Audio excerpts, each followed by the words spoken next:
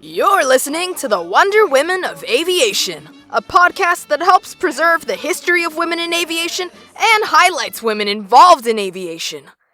Each episode, we meet with women, both in and out of the cockpit, to talk about their passions, experiences, the history of aviation, and how they make an impact. I know, what happened? And then we got that in the back. And now his teammate comes in. We can't even do an intermittent interview. Welcome to the Wonder Woman of Aviation. My name's Natalia. We're here at the hangar at Battle Creek Air Show, and I've encountered Amanda.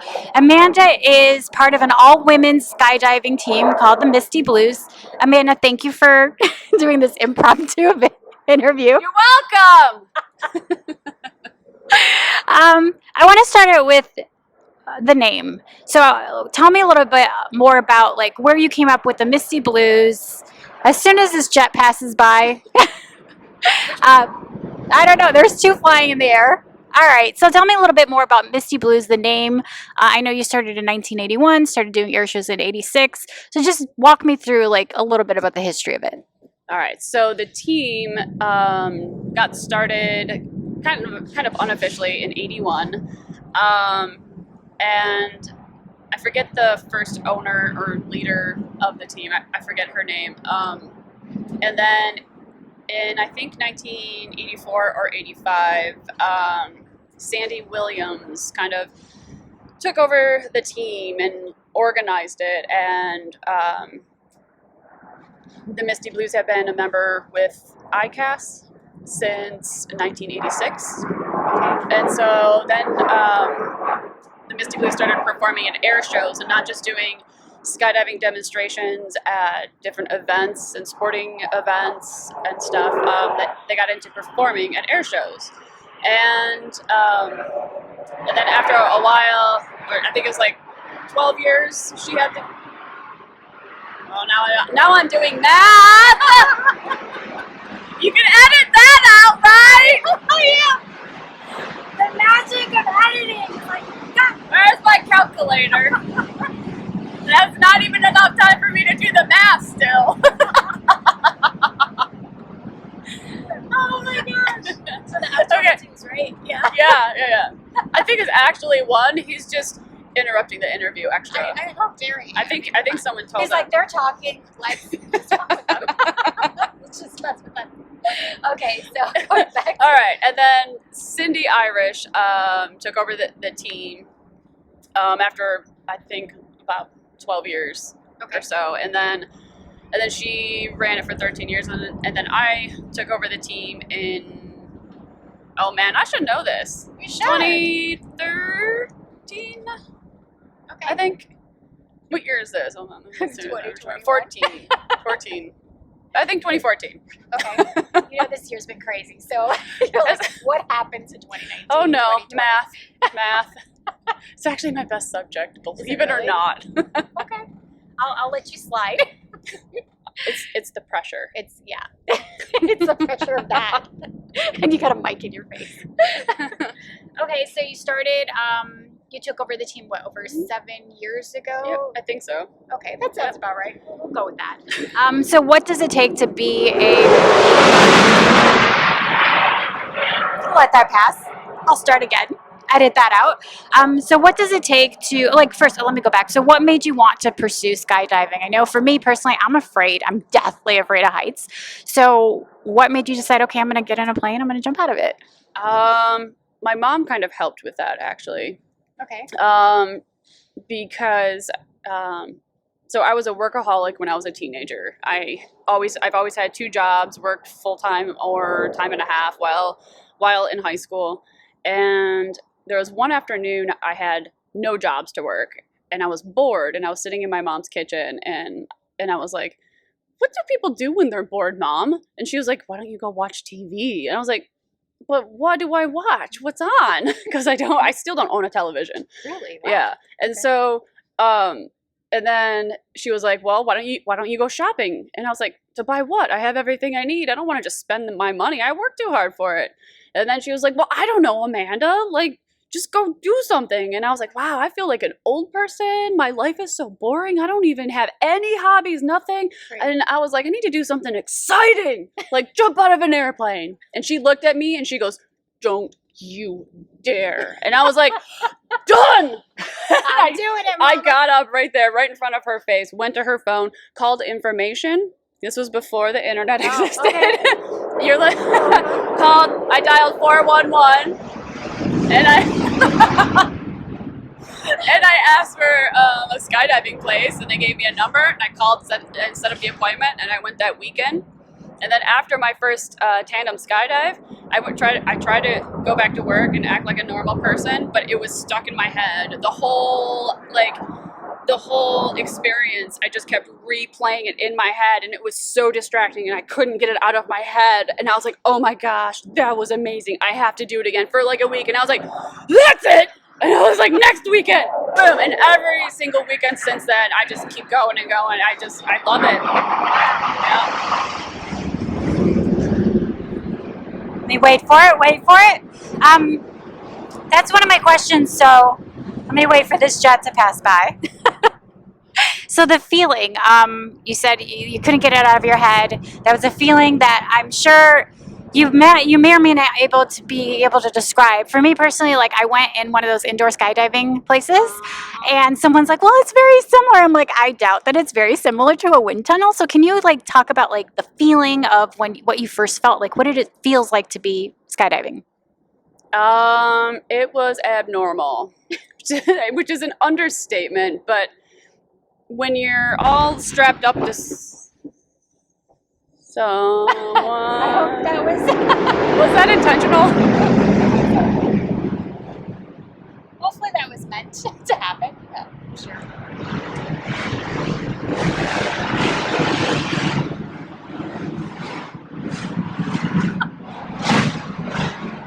This is serious stuff! I know! We're talking about the feeling. I'm talking about my feelings! I'm going to let you know what the audio is, and then depending on how this goes, I feel like, boom, F22. Okay. It's getting intense. Okay. The feeling. Oh, okay. So my first tandem, I jumped out of a Cessna 182, which is pretty small. And then the guy, strapped me, like hooked me into the front of his harness system. And the biggest wow was when he opened the door and I looked down and everything in my body and my head was like, no, no, no, no, no, no, no. And I was like, like natural instincts say, no, don't do that at like a pretty intense level. And then you have to control the... I'm glad it's going to be audio. I have decided. I think you should put it all in there. There. Bloopers and all. We'll see. Oh, you're missing a wheel. Careful, you're going to end up in my lap. Story of my life, too. Perfectly doesn't work. But it's going to be beautiful. Okay, he But- opened the door. So he opened the door, and all my natural instincts just said, no. No, no, no. And then I still stepped out, like, I don't know, put all of that under control, controlled it, stepped out of the plane and, let go. And free fall, it was just like intense. Yeah. And I don't have words for all of it, but it was crazy, intense, amazing, wonderful. It was... my first tandem was a little bit overload. I don't remember everything in free fall because I think it's just too much to take in all at once, like the first time. Yeah. So I usually tell people, like when they say that they're going to make a skydive and they're like, yeah, I've always wanted to do it, then I say, then you need to do two. Because the first one, you're going to have some little snippets of your memory just go away. Okay. Because it's just, you're going to take in like your breathing and then you like, your mind like blanks out like some other parts and it comes and goes in different parts because it's a whole, like it's a lot to process your first time. Yeah, 120 miles an hour in your face. You're trying to breathe with all that forced air and you're looking at the horizon and you're falling to the ground Like, Wow. it is imminent death unless something happens. Right. That's not normal. No, it's not. So, but it's fun. yeah, it's a lot to process, and it's crazy, and it's amazing. That's pretty cool. I mean, I was thinking about it, but then I'm like, I'll just stay indoor.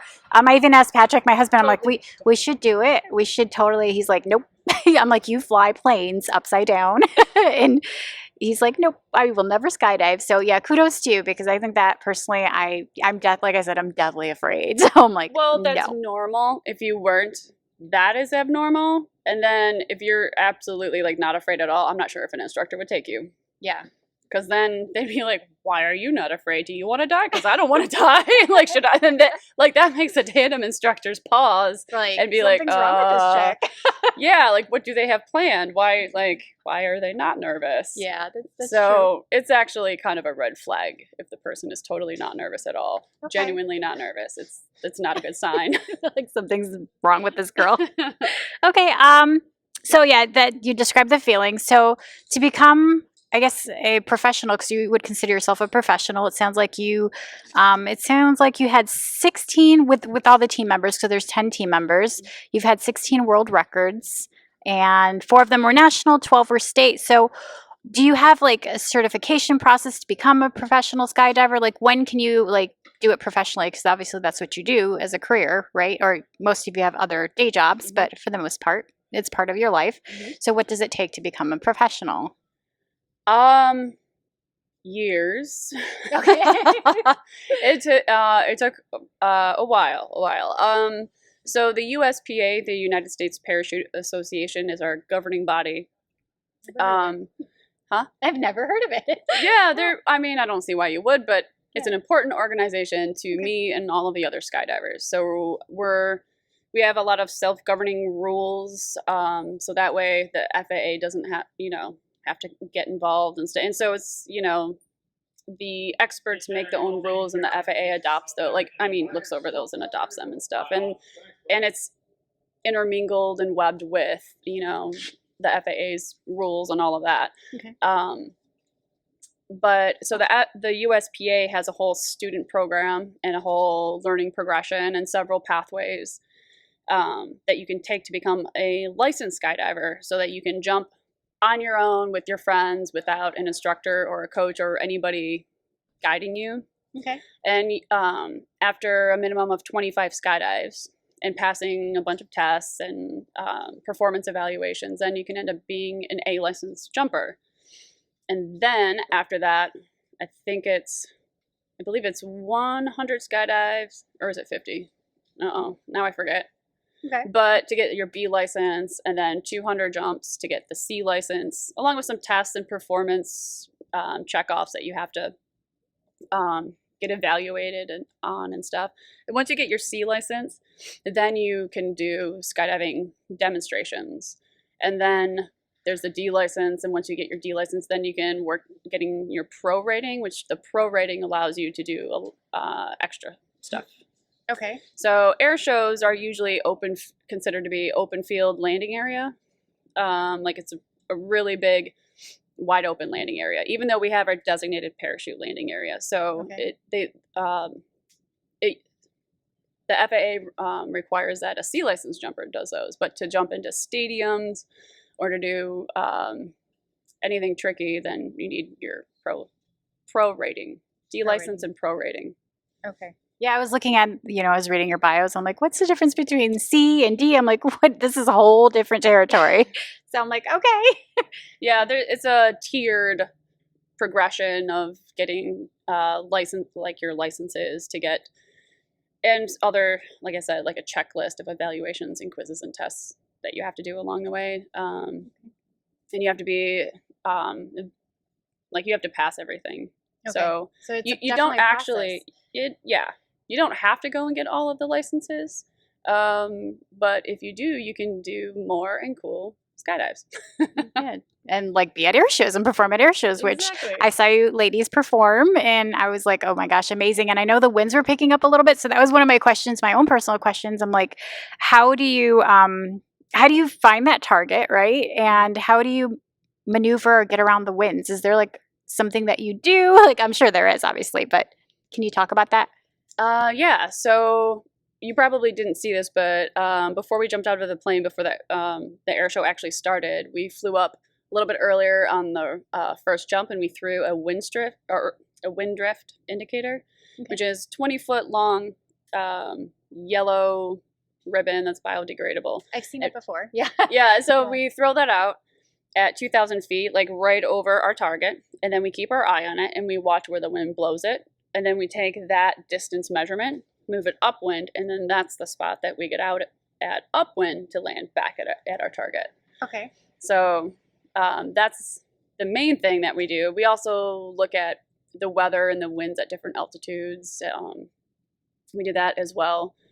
For me personally, whenever I'm under canopy and as soon as I open, I face into the wind and I do what I call my wind check, because I jump a lot of like the really big flags that we have. So I face into the wind full flight and I just look down and I visually see what how much forward speed I gain into the wind. And then I open the flag and I check it again with the flag just to double check. And then from that and experience, I have over 500 big flag jumps. So I have like a D license in big flag jumps. Wow. So once I look at, once I do my wind check and I look at it for like 3 seconds, I know what to do. Okay. But I also do that several times on the way down. The whole time that I fly the flag. At some point I go and I face directly into the wind, stop turning, look directly straight down, and so I can like gauge the wind like every 1,000 feet. Okay, so you're constantly checking and thinking in that. You got to be in the zone. You got to be in the mode. Yep. And then try to figure out like with that distance, with the wind in that direction, how do I also fly the flag so that people can get good pictures of it and they can see it. And right. So you have to strategically place yourself and your body, I guess. Yeah. To the crowd, which is like any performer. Yeah, I mean, because if I was facing directly at them, nobody sees anything, not much. You just see the leading edge of the flag, which is, really thin. Yeah, you do a really good job of like, oh my God, that's pretty swirling and twirling and trying to display it. And that's pretty cool. I wanted to talk a little bit about like your body and what it feels and like more I guess the training aspect of it. So you do have to be physically fit. Like for me personally, fitness is a big component of my life, just being in the right physical mindset, mental mindset. So on and off season, is there some sort of training that's involved? So I live in Michigan. Okay. And in the winter, I'm from Chicago. Not a whole lot to do unless you're into winter sports. And I've had frostbite a lot in my life on my hands and my feet. So I have that like neuropathy and both my sisters and my dad have Raynaud's, so I probably have that too. It's a bad combination. Yeah. So what I'm getting at is I do indoor rock climbing in the winter to stay active and warm. Okay. So I've been getting into that.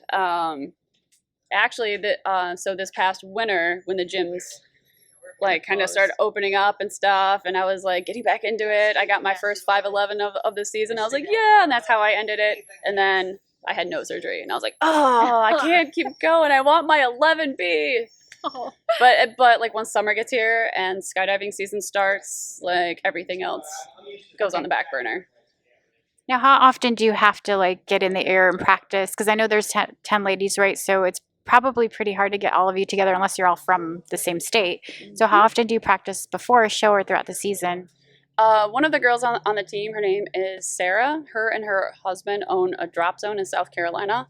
They have 2 182s, and South Carolina is pretty warm like most of the year. They don't jump in, like end of December, beginning of January. There's like a month or so there where they don't really jump, but otherwise, like when it gets colder in Michigan, we travel down to her place and do our flag jumps together and work on our performances there. Or we also travel in like smaller groups, like we just go visit each other at our home drop zones and do some training with each other that way. Okay, cool. That was just one of my questions. I'm like, I wonder how they train. I'm sure, because I see you ladies do the ramp dance.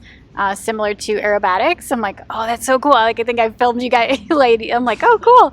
So I'm like, there's definitely some coordination involved. So that got me thinking about that. I'm like, how do they practice and when? So, and we're getting towards the end of my little mini impromptu interview. So I have two final questions. One of them is, I know you mentioned the aircraft that you jump out of is a Cessna. Or is that typical, or are there any other aircrafts that you've jumped out of? What's your favorite aircraft, if so?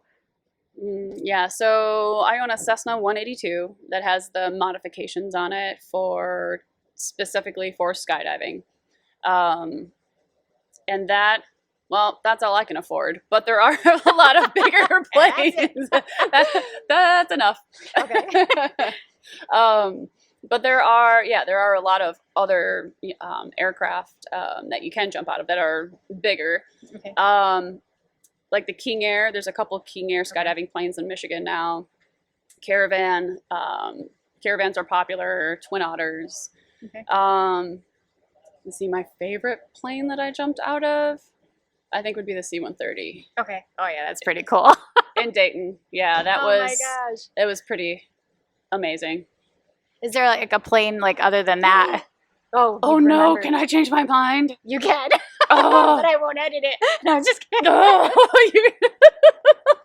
Because I just remembered. What? I jumped the American flag out of the Bombay doors of the Yankee Lady Oh, for the beginning of the air wow. show at in Michigan. Oh my goodness, That pressure's is on. so I'm forgetting cool. words. The Yankee Lady. Willow Run at Willow Run. Oh my gosh, that's so cool. Okay, so that would be your favorite. Oh, that was amazing. Yeah, that was It sounds pretty like it. I amazing. could tell in your eyes. It was Like, you're like, wait a minute, I was just kidding. It was such an honor to be like the whole combination Yeah, of I think like the it's history. it's the whole combination of the experience. It's not even just like one thing, or it was just the honor of flying the flag at a show that is also puts a lot of display that like they have a lot of displays for military and everything. And I wanted to join the Air Force, but I couldn't because I have asthma. Okay. So then I became a welder because that was a good idea when you have asthma. Yeah. But like I wanted to join the military, but I couldn't. And so it was a huge honor just to be able to present the flag and fly it for everybody at the show, and then to even be in one of the antique aircraft, and then the experience of being a human bomb coming out the bottom of the door. It's just the whole combination. That's amazing.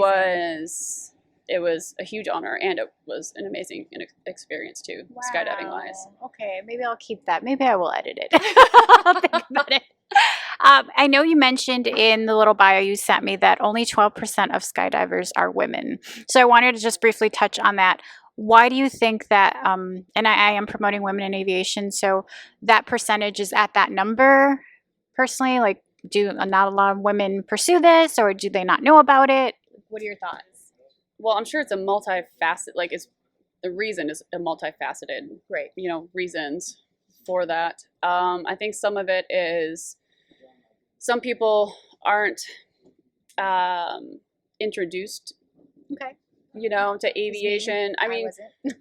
Like me. I mean, how many pilots will take, a little girl with them to the airport to wrench and work on the airplane? Usually it's the little boys that end up getting the invitations more often, right? So just like from the beginning, there's it could be the gender exposure. stereotypes that end up, Yeah. starting some of that. So I'm sure that's part of it.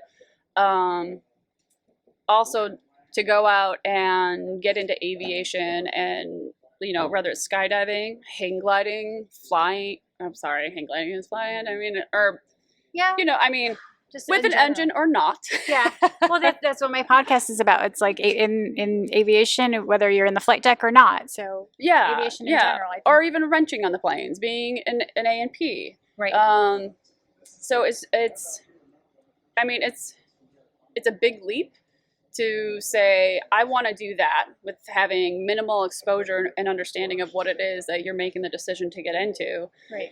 So it ends up being like a bigger commitment. Like if a woman thinks, decides she wants to be in AMP, she probably has less experience than someone else her age of, another gender. So it's more of a commitment, and there's a lot of fear behind the unknown. And so it becomes harder to make a commitment and just do it. Right. And then also, you're probably not going to have your friends to come with you Right. because it's so hard to find people to do Right. this stuff. Like when I did my first skydive, I went with 2 friends, and they were just the one and done type. Like that was it. And I couldn't be like that. So now you're going on your own to, a place you're not comfortable, being in an area you're like, I knew nothing about airplanes.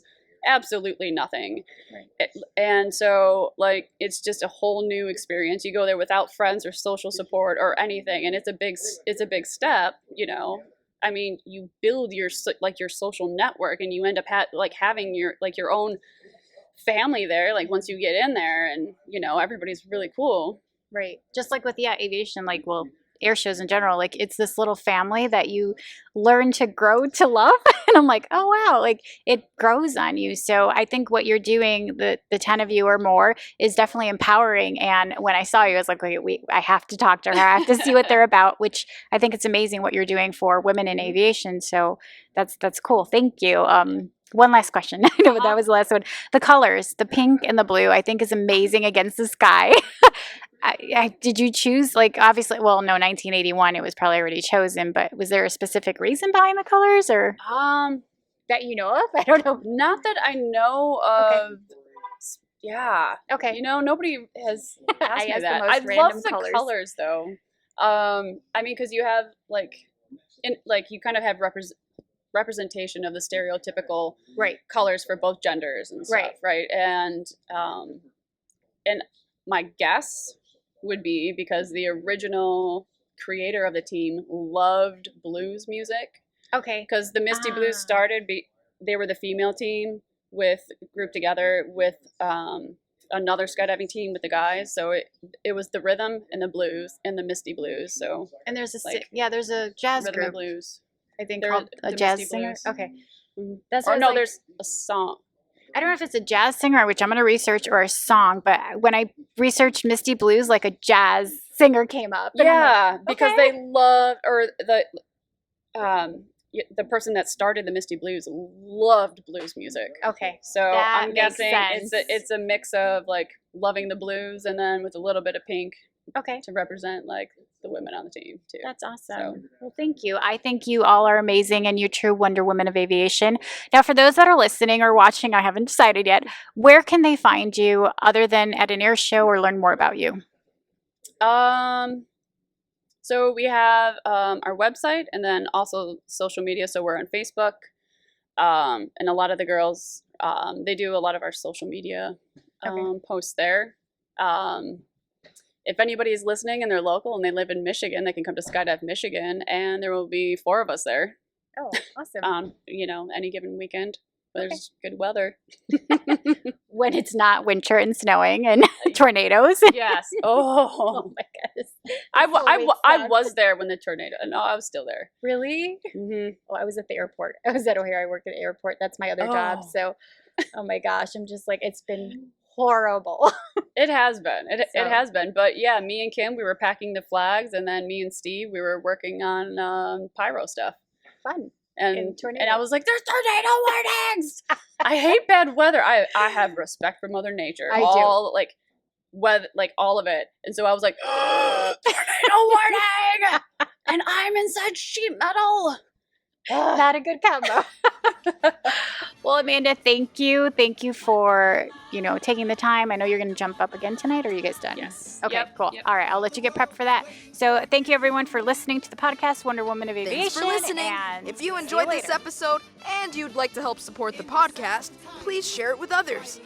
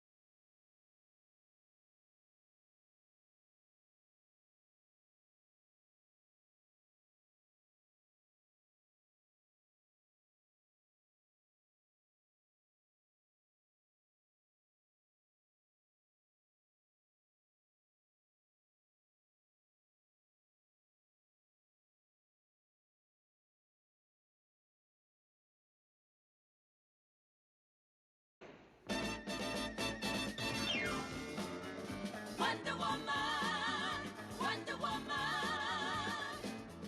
All the world is waiting for you. Enjoyed this episode and you'd like to help support the podcast, please share it with others or post about it on social media. To catch all the latest from me, you can follow me on Instagram at Natalie7170. Thanks again, and I'll see you next time.